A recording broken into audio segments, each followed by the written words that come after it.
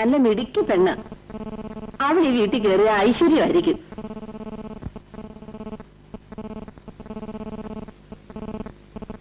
നിന്റെ സന്തതി മോനെ വേണു, എഴുന്നേക്കടാ. പകല് കിടന്ന് ഉറങ്ങുന്നു. ഞാനിവിടെ കിടന്ന് ഉറങ്ങിപ്പോയി. പെണ്ണ് കാണാൻ പോയിട്ട് എന്തായി? ആന്ധ്ര നീ അറിയുന്നേ? ശ്രീധര, മോനെ ശ്രീധര. എന്താ മാവ? പെണ്ണിനെ കണ്ടു. കൊള്ളാം മോനെ, എല്ലാം കൊണ്ടും നമുക്ക് ചേരുന്ന ബന്ധവാ. ഞാൻ വാക്കുറപ്പിച്ചിട്ട് പോകുന്നു. ഇനി വേണമെങ്കിൽ നീ ചെന്ന് ആ പെണ്ണിനൊന്ന് കണ്ടിട്ട് പോരും. വേണമെങ്കിലോ? അത് കൊള്ളാം. കല്യാണത്തിന് മുമ്പ് ശ്രീധരൻ പെണ്ണൊന്നും കാണണ്ടേ? കണ്ടിട്ടും വലിയ കാര്യമൊന്നുമില്ല. ഞാൻ തീരുമാനിച്ചാ പിന്നെ ഇവനെതിര് പറയൂ. എന്നാലും പോയി കണ്ടിട്ട് വരട്ടെ. അതല്ലേ നാട്ടു നടപ്പ്. നിനക്ക് പെണ്ണിനെ കാണണോടാ ശ്രീധര? അമ്മാവനും അമ്മായിക്കും നിർബന്ധമാണെങ്കിൽ? ഞങ്ങൾക്കങ്ങനെ നിർബന്ധമൊന്നുമില്ല. എന്നാലും നിന്നെ അയച്ചേക്കാമെന്നും പറഞ്ഞാണ് ഞങ്ങൾ പോകുന്നത്. അതുകൊണ്ട് ചുമ്മാ ഒന്ന് കണ്ടിട്ട് പോര്. പിന്നെ എന്താ മറ്റേ കാര്യം കൂടെ ഒന്ന് പറഞ്ഞേക്കുന്നേ. അതിന്റെ ആവശ്യം? അവനൊന്ന് അറിഞ്ഞിരിക്കുന്നത് നല്ലതല്ലേ? പെണ്ണിന്റെ സൗന്ദര്യത്തിന് ആദ്യ വിരുന്ന് വരെ വിലയുള്ളടി. എന്നിട്ടും കാര്യം പറയുന്നില്ലല്ലോ. ഞാൻ പറയാം മോനെ, പെണ്ണിന്റെ നിറം നല്ല എണ്ണ കറുപ്പാണ്. പിന്നെ ഒരു ചെറിയ കൊങ്കണ്ണുണ്ട്. അല്ല, അതൊരു കണ്ണിനേ ഉള്ളു കേട്ടോ. മുൻവശത്തെ 2 പല്ല് പൊങ്ങിയിട്ടുണ്ട്. അത് വേണമെങ്കിൽ കല്യാണം കഴിഞ്ഞ് പറിച്ചു കളഞ്ഞ് വേറെ വെക്കാവുന്നതേ ഉള്ളൂ. നിനക്ക് വിഷമമൊന്നുമില്ലല്ലോ ശ്രീധര? വിഷമം? പിന്നെ വിഷമം കാണാതിരിക്കുവോ? നിനക്ക് വേണ്ടിയല്ല, ശ്രീധരന് വേണ്ടിയാണ് പെണ്ണിനെ കണ്ടത്. വിഷമം വല്ലതും ഉണ്ടെങ്കിൽ തന്നെ സഹിച്ചേ പറ്റൂ. ഞാൻ വാക്ക് കൊടുത്തിട്ടാ പോന്നത്. ബന്ധം നന്ന്, ഭാവിയിൽ ഗുണം ചെയ്യും. പെണ്ണിനെ നാളെ തന്നെ ഒന്ന് ചെന്ന് കണ്ടിട്ട് പോര്. ചെല്ല്.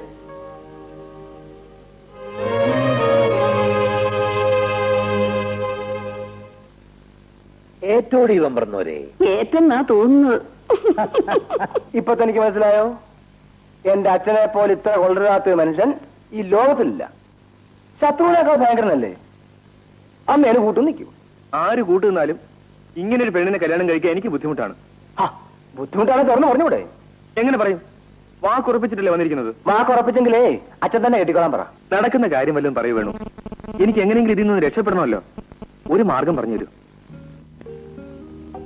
ശരി, ഞാൻ പറയുന്ന പോലെ ചെയ്യാവോ? പ്രയോജനമുള്ളതാണേ ചെയ്യാം. പെണ്ണിന്റെ അച്ഛന് ഒരു കത്തെഴുതണം. ഞാൻ അവിടെ ചെന്ന് പെണ്ണിനെ കാണാൻ പറഞ്ഞിരിക്കല്ലേ.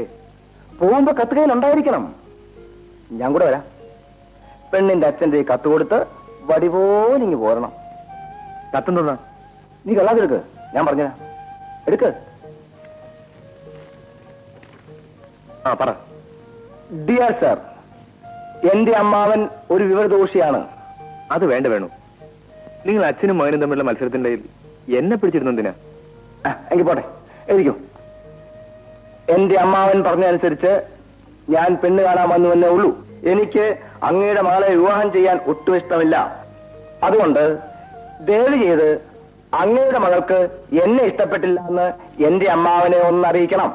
ഒരു MSc-കാരനായ എന്റെ ശരീരം ഒരു മുഴം കയറിൽ കിടന്ന് ആടുന്നത് കാണാതിരിക്കണമെങ്കിൽ നീ എഴുതരാ ശ്രീധരാ.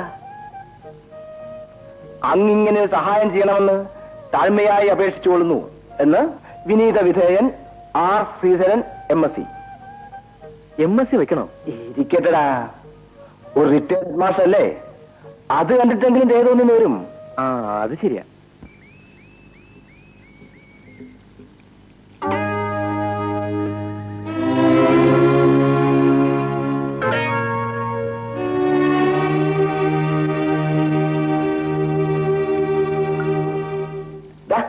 ഇതാണ് അച്ഛനും അമ്മയും കൂടെ നിനക്ക് കണ്ടുവച്ചിരിക്കുന്ന ചരക്ക്.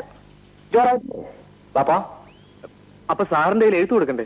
അത് ഞാനെങ്കിൽ മറന്നു. വാ. വരണം വരണം. നമസ്കാരം. ഞങ്ങൾ കുറെ നേരമായി പ്രതീക്ഷിക്കുകയാണ്. ഇരിക്കൂ. യാത്രയൊക്കെ സുഖമായിരുന്നു? പ്രത്യേകിച്ച് സുഖമില്ലായിരുന്നു. ഗോമതി, അവര് വന്നു. മോളെ വിളിക്കേ. ശ്രീധരന് അമ്മയെ കണ്ട് ഓർമ്മയില്ല അല്ലേ? ഇല്ല. അവർ രണ്ടുപേരും ഇവൻ കൊച്ചായനപ്പോഴേ മരിച്ചു. ഇനി അച്ഛന്റെ അമ്മയുടെ സ്ഥാനത്ത് ഞങ്ങളുണ്ടല്ലോ. ശ്രീധര, അമ്മാവനും അമ്മായിയും വന്ന് മോളെ കണ്ട് കാര്യങ്ങളൊക്കെ തീരുമാനിച്ചിട്ടാ പോയത്.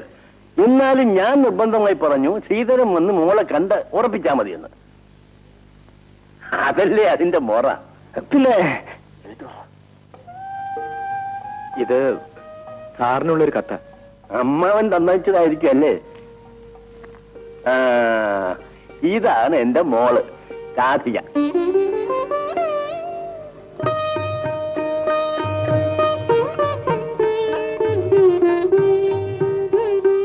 മോളെ ഇതാണ് ശ്രീധരൻ. വായിക്കുന്ന നിങ്ങൾ കത്ത് തിരിച്ചു വാങ്ങിക്കുക. ക്ഷമിക്കണം സാർ, ഈ കത്ത് സാറിനുള്ളതല്ല. പെണ്ണ് കാണാൻ വന്ന വെപ്രാളത്തിന് ഇവൻ ആള് മാറി തന്നുപോയതാ.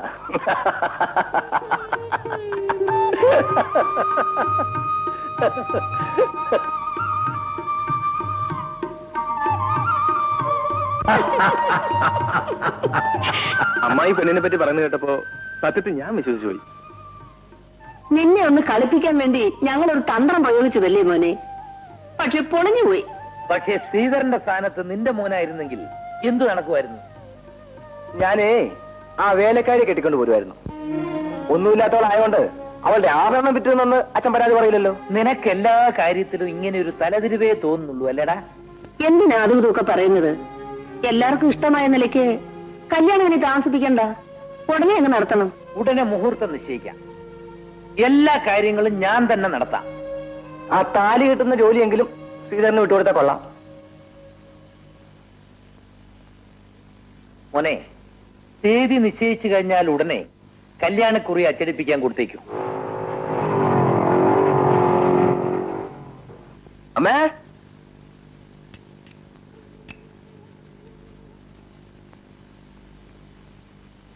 ദാ പ്രസാദം. അമ്മ പറഞ്ഞതുപോലെ പുഷ്പാഞ്ജലി കഴിപ്പിച്ചു. എന്റെ മോനെ, നിന്നെ ഇങ്ങനെയൊന്ന് കാണാൻ അമ്മ എത്ര കാലമായി കൊതിക്കുന്നു. അമ്മയെ ഞാൻ ഒത്തിരി വിഷമിപ്പിച്ചല്ലേ, അതൊക്കെ മറന്നേക്ക്. അമ്മ ഇനി ഒരു വര വരച്ചേ, അതിനപ്പുറം ഞാൻ ഇനി കിടക്കില്ല. പോടാ, വരെയൊന്നും വരയ്ക്കുന്നില്ല. നീ കല്യാണമൊക്കെ കഴിച്ച് സന്തോഷമായിട്ട് ജീവിക്കുന്ന കണ്ടാ മതി എനിക്ക്. ചേട്ടാ, പ്രസാദം. വേണ്ട അനു, രാധികയുടെ വിവാഹം നിശ്ചയിച്ചു. അതിന് ഗോവിന്ദപിള്ള ഇവിടെ വന്നില്ലല്ലോ. വന്നു, പയ്യനെ കണ്ടു, വിവാഹം ഉറപ്പിക്കുകയും ചെയ്തു. പക്ഷെ ഇവനല്ല വരൻ. ചേട്ടാ, ഗോവിന്ദപിള്ളയുടെ മകൾ രാധികയെ അറക്കൽ ശങ്കരൻ നായരുടെ അനന്തരവൻ ശ്രീധരൻ 7-ാം തീയതി കാലത്ത് 9 മണിക്ക് ക്ഷേത്രത്തിൽ വെച്ച് കല്യാണം കഴിക്കുന്നു. അതിനുള്ള ക്ഷണക്കത്തായത്.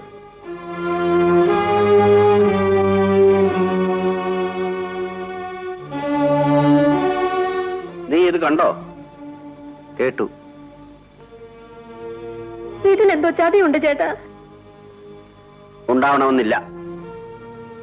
മകളെ വളർത്തിയ അച്ഛൻ അന്വേഷിച്ചിരിക്കും. അന്വേഷിക്കണമല്ലോ. മഴ നിന്നാലും മരം പെയ്യുമെന്നൊരു ചൊല്ലില്ലേ? സംഭവിച്ചത് അതാവും. ചേട്ടാ, ചേട്ടൻ എവിടെന്നെങ്കിലും ഒരു പെണ്ണിനെ കണ്ടുപിടിക്കണം. 7-ാം തീയതി അതേ മുഹൂർത്തത്തിൽ തന്നെ എന്റെ മോന്റെയും കല്യാണം നടത്തണം. വേണ്ട, ഇനി എനിക്ക് വേണ്ടി ആരും പെണ്ണ് കാണണ്ട. ഈ ജീവിതത്തിൽ എനിക്കിനി വിവാഹമില്ല. മോനെ, ആഗ്രഹിച്ചു, കിട്ടിയില്ല. ഇനി വേണ്ട.